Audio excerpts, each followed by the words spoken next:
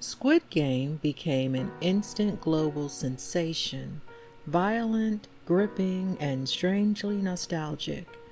Its fatal reinterpretation of childhood games captured imaginations and sparked conversation around the world. But beneath the drama and neon visuals lies something worth pausing on. Just how realistic is any of it? Could these games actually work? Would anyone realistically survive? Or are we just watching well-dressed chaos wrapped in a children's playground? In this episode, we'll take a closer look at the most iconic games from Squid Game, from red light, green light to the dreaded glass bridge. We'll break down the real risks, the odds of survival, and where the show bends logic for drama. And for each game, we'll offer a quick, no-nonsense pro tip, your best bet at surviving if you ever found yourself forced to play. Some of these strategies might surprise you. Others might just confirm what your gut already told you, that staying alive in Squid Game often has less to do with physical skill and more to do with knowing when to move and when to stay very, very still. Let's dive in. Let's begin with the first shocker, red light, green light. In this version of the childhood game, players must move when the robotic doll's back is turned and freeze instantly when it looks back. Anyone caught moving is eliminated fatally. In theory, it sounds survivable. After all, it's just stopping and starting, right? But let's break it down. With hundreds of players trying to cross a large field in under 5 minutes under intense psychological pressure, human error becomes nearly guaranteed. A sneeze, a slip, a twitch. Statistically, even trained athletes would struggle. In the show, over half the contestants are slain in a single round. But the reality? This is a deeply exaggerated scenario. In a real-life version, minus the casualty penalty, most people would likely make it through. Reaction time, balance, and basic childhood experience would be enough. The key danger here isn't the game, it's the consequence of failure. That's the real fiction. Games like these aren't inherently fatal. They're only horrifying because of the punishment attached. The game plays on our anxiety, not our body's limits. Here's a pro tip. Move in bursts, not strides. The faster you move, the more you sway. Keep your arms tight, use short, controlled steps, and stop early. Don't risk being mid-step when the doll turns. Look down instead of at others. Their panic will shake you. The Dalgona Challenge. One of the most memorable and anxiety-inducing moments in Squid Game is the Dalgona Candy Challenge, a simple sugar candy with a stamped shape in the center, a star, an umbrella, a triangle. The goal? Use a needle to carve out the shape without cracking the brittle candy. At first glance, it seems doable. After all, it's just sugar and time, right?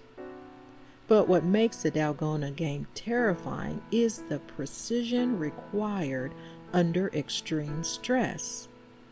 The candy is fragile. One wrong flick and it shatters. And in the show's universe, a single fracture means instant demise. In real life, Dalgona candy is a nostalgic street snack in South Korea.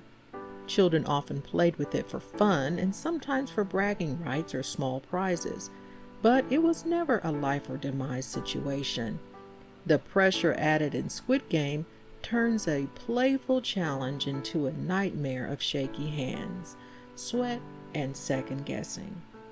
From a probability standpoint, the game heavily favors those who receive simpler shapes. A triangle is much easier than an umbrella, so even before it begins, the game is unfair, randomly assigning higher difficulty to some players without any chance to switch or strategize. What's most interesting is how the show injects tension into something so mundane. Watching grown adults panic over a sugar cookie shouldn't be suspenseful, but it is, because the stakes are so wildly inflated. This, again, is part of the show's psychological manipulation. The danger isn't the candy, it's the consequence. And by doing so, Squid Game tricks the viewer into believing that even a children's game can be a test of survival. In reality, this challenge is a metaphor, how something harmless can become poisonous when rules are twisted and fear is the only reward. Pro tip: use your mouth. Lick the back of the candy to thin it out.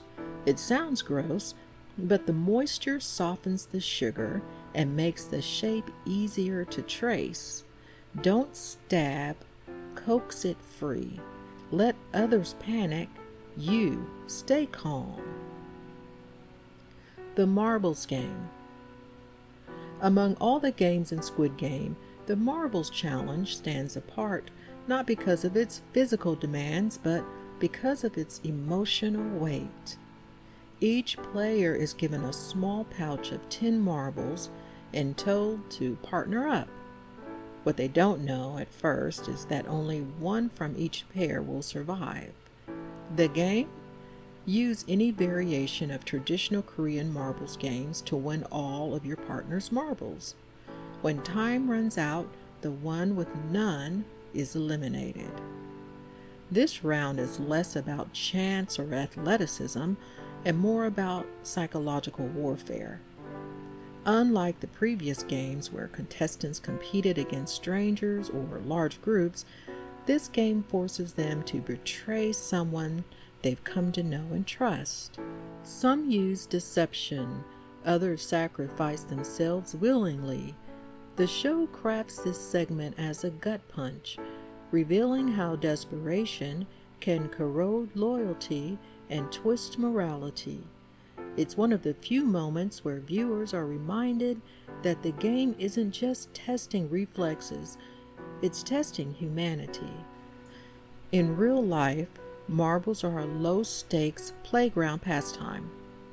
The rules vary, the stakes are small, and outcomes are quickly forgotten, but Squid Game turns this innocent ritual into a mirror, reflecting the cost of survival when the system pits people directly against those they care about. There's no probability to analyze here, no optimal strategy. The danger isn't in the game's design, it's in the emotional architecture. The unfairness lies in the premise itself, that only one can live and the other must fall. It's not the game that's broken, it's the framing of the game as life or demise. And that's what makes it so haunting. By spotlighting this moment, the show manipulates our sense of fairness and forces us to ask, how far would we go to survive? And at what cost? Pro tip: read your partner. Before the game starts, establish trust or manipulate it. Propose a slow game. Suggest alternating wins. If you sense they'll betray you, make your move first. Sometimes survival means lying better than they do. The Bridge of Glass. One of the cruelest setups in the series is the Bridge of Glass. Imagine a high glass walkway with 2 panels side by side per step, one made of tempered glass that can hold a person's weight, and one made of normal glass that shatters underfoot. Contestants must leap forward, choosing the correct pane with each jump, or they fall to their demise. The math is ruthless, with 16 steps across the bridge, each offering a 50-50 choice. The odds of surviving all the way across are 1 in 65,536. There's no skill, no strategy, just chance. Even someone with perfect reflexes can't game the system. The show tries to inject drama, players memorizing the path, waiting for others to go first, or one character identifying the glass by sound. But ultimately it's gambling dressed up as gameplay. This isn't a test of wits or courage, it's a demonstration of just how detached the scenario is from real-life logic. In actual high-stakes games, whether in military training, survival situations, or even casino games, there's usually some element of control. Here, there's none. That's what makes it cinematic, but also completely implausible. Pro tip: go last if you can. Being early is a mortality sentence. Stay in the middle of the pack or hang back. Let others reveal the temper panels. If you must go, test the glass with your foot first, not your full weight, and watch for glare. The real glass reflects more. The Tug-of-War. Now let's look at something that seems more grounded. Tug-of-War. 2 teams, 1 rope. First team to yank the other off the platform wins. Simple. Or is it? In the show, our main characters win against a stronger team by using strategy, leaning back in unison, timing their pull, and surprising the enemy. It's a rare moment where brains beat brawn. But even here, the mechanics are skewed. The setup takes place on a high-rise platform where the losing team plummets to their demise. But in real-world tug-of-war, especially at professional levels, there are mats, anchors, and careful regulation of weight classes to ensure balance and safety. And even the technique portrayed in the show, while based on some real tactics, is exaggerated for drama. A coordinated team of smaller people can win, but not without extensive training. Muscle fatigue, rope burn, and sudden shifts in weight all complicate matters. The game in Squid Game suggests that survival is possible through clever thinking. That's more realistic than the bridge of glass. Yes, but the stakes are again artificially high. Falling hundreds of feet isn't a logical consequence of a childhood game, it's spectacle. Pro tip: don't pull first, lock in. Dig in and lean back. Let the other team waste energy. Time your first pull after they do. Use your core, not just your arms. If your team has smaller members, stagger your stance for stability. Team rhythm beats raw strength. The six-legged pentathlon. At first glance, the six-leg pentathlon might sound like a clumsy field day event, but in Squid Game it becomes something much darker. Teams of 5 players are physically tethered at the legs, turning them into a single lurching unit with one shared fate. And the challenge? Not one game, but 5 traditional Korean children's games, performed in sequence under strict time pressure and with lethal consequences for failure. The games include Dokji, a card flipping contest where players slam one tile to flip their opponents. Normally just loud and fun, here it becomes a battle of timing, precision, and brute force. Hard enough with 2 hands, nearly impossible while tethered to 4 other people. Flying stone. Players must toss a stone to knock down a target stone without crossing a line. Sounds simple until you're strapped to teammates who can't synchronize their steps or balance. Coordination is key, and time is always ticking. Gongi. Think of it like Korean jacks. Players toss and catch small wooden pieces in increasingly difficult patterns. But in the pentathlon, one person's mistake is the whole team's punishment. Try catching flying pieces mid-air while your ankle's being yanked sideways. Spinning top. Players must launch and spin a wooden top with enough precision to hit a designated target. This task rewards finesse, but teamwork often means compromise, and compromise doesn't always spin straight. Jeji, a variation of a hacky sack using paper or leather. You kick it, it flies, but with 5 legs bound together, even raising a foot without collapsing is an achievement.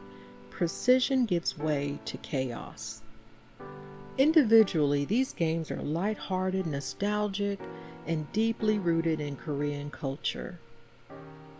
They're the kind of games grandparents teach their grandchildren, but Squid Game transforms them into psychological traps where even the smallest failure by one member leads to devastating consequences for all. The irony is that none of these games were ever meant to be dangerous, but under pressure in silence, while watched by masked guards and bound to teammates, they become something else entirely. A slow unraveling of group trust, individual skill, and bodily control. What makes the 6-leg pentathlon so terrifying isn't the physical demand, it's the systemic unfairness, the inability to move at your own pace, to make your own choice, to separate your body from someone else's mistake. Because in this game, you don't just live or perish by your own hand, you live or perish by 5. Pro tip: be the center, not the ends. The middle position gives you control. Talk constantly, take the lead in syncing movement. When in doubt, default to small, stable motions. You're only as strong as your sloppiest teammate, so guide them early. The Mingle Game. Among the newer entries in the Squid Game lineup, the Mingle Game stands out not for its brutality, but for its emotional chaos. On the surface, it seems less violent than Red Light, Green Light or the Glass Bridge, but its tension lies elsewhere, in the pressure to belong. Here's how it works. The players begin on a rotating carousel which spins them around like pieces on a roulette wheel. When it stops, they must run into designated rooms around the perimeter. Each room has a sign stating how many people are required to enter, no more, no less. 5, 7, 9. If your group is too large or too small, you're eliminated. If you fail to find a group at all, your fate is sealed just the same. The rules are simple. The experience is not. The game unfolds in rounds, with room requirements changing unpredictably. What worked once might fail the next time. Players must form alliances on the fly. Read the room, literally, and calculate not just who to trust, but when to let someone go. This isn't a game of agility or chance, it's a game of social survival. People beg to be included. They shove, they cry, they scheme. And beneath it all is the chilling realization that your survival depends not on your skill, but on other people's willingness to make space for you. That's what makes Mingle so disturbing. It's a test of our deepest fear. What happens when there's no group left that wants us? Inspired by a real South Korean game traditionally played at festivals, Mingle in its original form is joyful, a celebration of community, movement, and quick thinking. But Squid Game distorts it into a ruthless exercise in exclusion. In real life, being left out can hurt. In this game, it slays. The lesson? In systems where the rules constantly change and alliances are temporary, belonging becomes a survival tactic. And just like in society, the people who are slow to act, unsure of themselves, or simply unchosen, pay the highest price. Pro tip: don't just run, calculate. Count heads before you commit to a room. Aim for a group that's just short of the requirement. You'll be welcomed. Avoid full groups or chaotic clusters. Be friendly, but not desperate. Panic is a repellent. Beyond the game, the real-life risks we face. What's perhaps most fascinating and most unsettling is that Squid Game distracts us from the dangers we actually live with every day. In the real world, we don't face games rigged for our demise, but we do navigate roads where distracted driving slays thousands annually. We eat food that, if improperly stored, can cause fatal illness. We go to jobs where workplace accidents are more common than we'd like to admit. We live in buildings with stairwells, gas lines, and sometimes unsafe wiring. Our world is full of small, constant risks, but because they're mundane, we stop noticing them. That's where Squid Game succeeds. By amplifying danger into something absurd, it reminds us how unnerved we feel by mortality, but it does so through the lens of fantasy. There's no giant doll in a field, no glass bridge awaiting your next paycheck, but there is the pressure of debt, unemployment, medical bills, and survival in a system that sometimes feels just as arbitrary. Maybe that's why the show resonates. It's not about the games, it's about how people respond when the world feels like a rigged competition.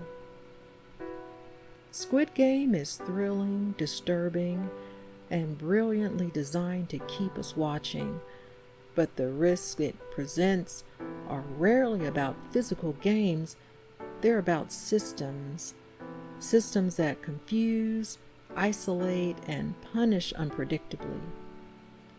By breaking down each game and offering survival tips, we've seen that even the most fatal-looking challenges often have cracks, loopholes, patterns, or simply human psychology to exploit. But in reality, life doesn't hand out pro tips.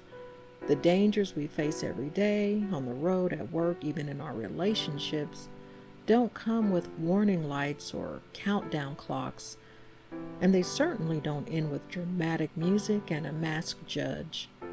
Still, the show taps into something deep, the desire to outthink the system, to find your way through an impossible game, and maybe that's why Squid Game sticks with us.